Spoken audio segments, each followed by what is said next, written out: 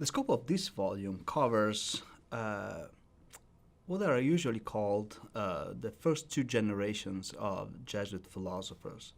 These two generations lived in a period, say, of about 1 century, from the inception of the order to more or less the date of the celebration of the canonization of St. Ignatius of Loyola and Francis Xavier.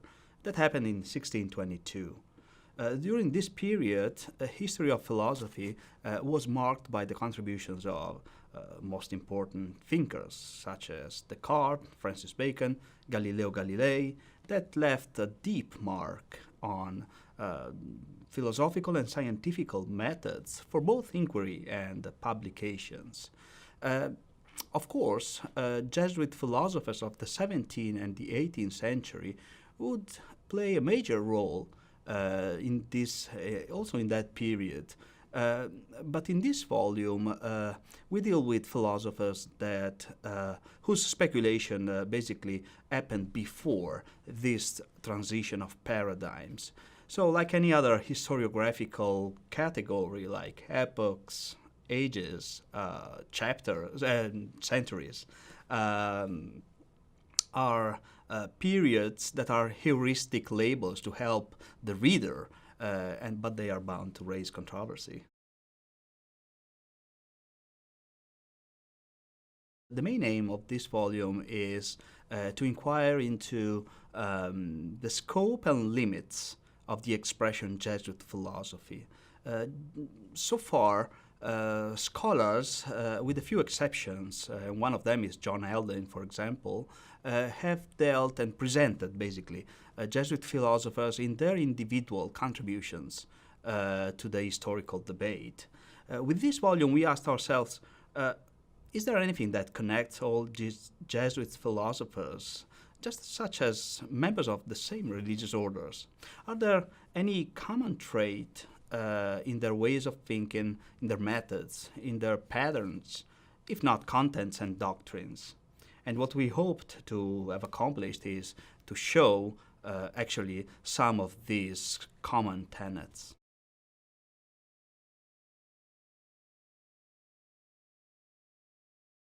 First of all, it was a philosophy for and from schools. There is a commonplace among historians of universities, usually. It seems that before the establishment of the University of Berlin in the 19th century, universities were just only teaching institutions. And after, they were supposed to be educational and research institutions. That is, of course, a commonplace. And even in the medieval period and the early modern period, universities have always been both for research and education. But this trait is specifically important for Jesuit philosophy because, as you can see in their commentary style, for example, these were research products that were intended also to be bound to the practices of Jesuit pedagogy, for example. A second trait, I think, is an attitude that the Jesuit philosophers shared about toward a positive view of human anthropology. So, in particular, toward the capacity of human beings to understand the truth. This is particularly evident in the common attitude of the Jesuits toward the relations between ontology, metaphysics, and theology, and also in other topics where the Jesuit philosophers usually seem to incline to trust in the powers of human reasoning in order to understand the truth, even in cases sometimes of matters of faith. A third element is surely the attitude toward philosophical authorities. As it is known, Jesuit philosophers were bound by the constitutions and the Ratio Studiorum to follow Aristotle and St. Thomas Aquinas. But the constitutions and the Ratio Studiorum just say that. And the ways the Jesuit philosophers understood this, their bound to these authorities was particularly loose. I would say that they used Aristotle and Thomas Aquinas rather than rather like a lexicon and a jargon. And this is, I think, a common trait of both the two generations of the first Jesuits. And finally, there is a common attitude of the Jesuit philosophers toward an inclination, I would say, toward the particular, the individual, the circumstances, rather than the universal. And I think that this inclination is due to their humanistic background. We can see it clearly when we deal with the relation between rhetoric and Jesuit philosophy, for example. The role of inventio, so the ways through which the human discourse can invent, so find new truth by means of rhetorical discourse, is particularly evident as an example of this.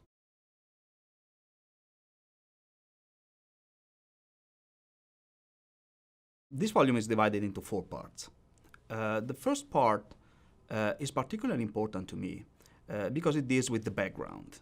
So usually you can find books of history and books of history of philosophy. That follows 2 different methods. One is to follow facts and describe practices in Jesuit educational institutions, so for example. And the other one is all about the content and doctrines that one can derive from the writings and the books written by some philosophers. So I strongly believe in blending these 2 methods. So this first part is about history. What was the role of philosophy in Jesuit schools? How much were Jesuit philosophers free?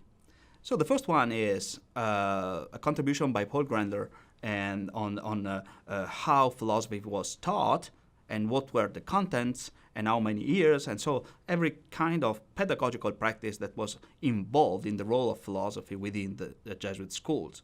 And the second contribution by Christoph Sander is about censorship. How was censorship kept and governed within the Society of Jesus over time?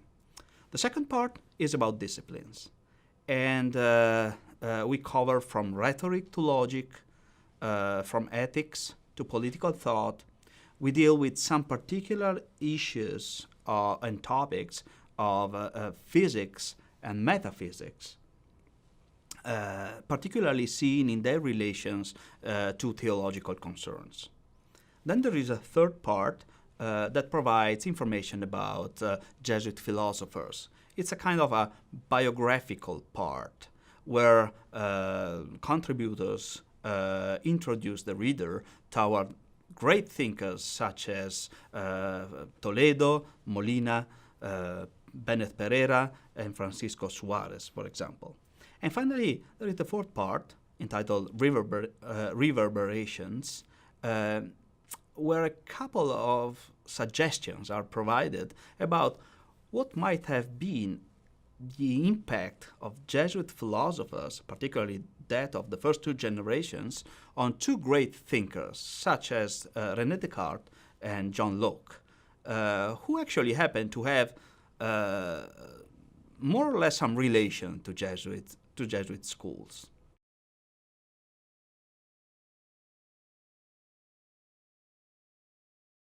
In a larger sense, I would say that a general treatment of metaphysics and a general treatment of natural philosophy are missing in this volume, but this is because of 2 main reasons. One is that these are topics that recent literature have massively dealt with. And the second one, most important, is the fact that many of these issues are abundantly covered by the biographical chapters that compose the third part. So what I had to do was trying to limit the redundancy that these kind of volumes are of course, bound usually to be.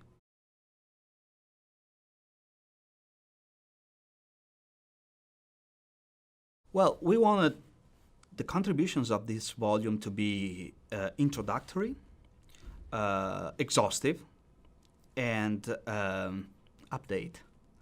So I imagine that the readers of this volume are basically both students and scholars of early modern philosophy, the history of theology, and experts on particular histories of disciplines. Jesuit studies is a field that has developed in recent years in a variety of ramifications, but mainly in the field of general history.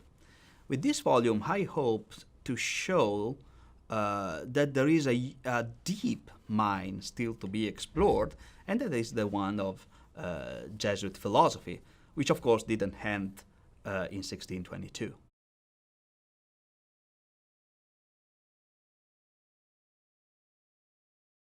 Well, the 18 contributors are most renowned experts in the field. Paul Grendler, I mentioned him, has recently received the Gans Award here at BC. He is a renowned historian. But then we have a historian of logic, Jennifer Ashworth, historian of medieval philosophy, Stefano Carotti, Paul Richard Bloom.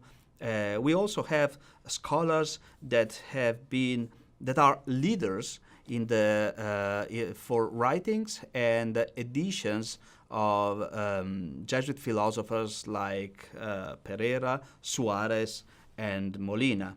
And finally, we have also some young scholars that have a deep expertise in particular fields, one of them being, for example, interdisciplinary, like such as the one I mentioned before, the relation between rhetoric and the general Jesuit philosophy.